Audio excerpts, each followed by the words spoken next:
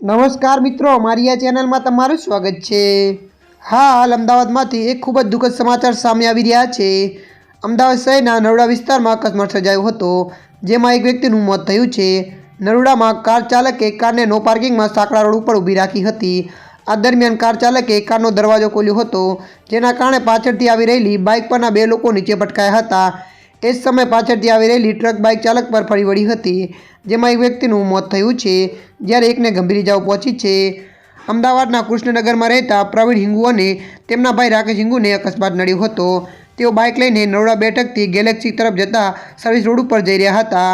આ દરમિયાન service road ઉપરનો નો પાર્કિંગમાં ઊભેલી અર્ટિકા કારના ડ્રાઈવરે અચાનક દરવાજો ખોલ્યો હતો, જેના કારણે બાઇક ચાલક પ્રવીણ હિંગ અને પાછળ બેઠેલા રાકેશ હિંગુને નીચે પટકાયા હતા। ત્યારે પાછળથી આવેલી આઈસર ટ્રક તેના પર ફરી વળી હતી। બાઇક ચાલક પ્રવીણ હિંગુને ગંભીર ઇજાઓ પહોંચી હતી।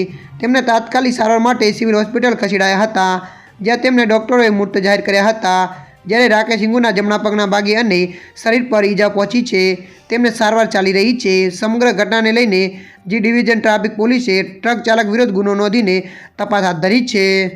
ત્યારે મિત્રો, હાલ માટે આટલું। મળીશું નવી અપડેટ સાથે। જો તમને વિડીયો પસંદ આવે, લાઇક, શેર અને સબસ્ક્રાઈબ કરી નાખજો। ધન્યવાદ।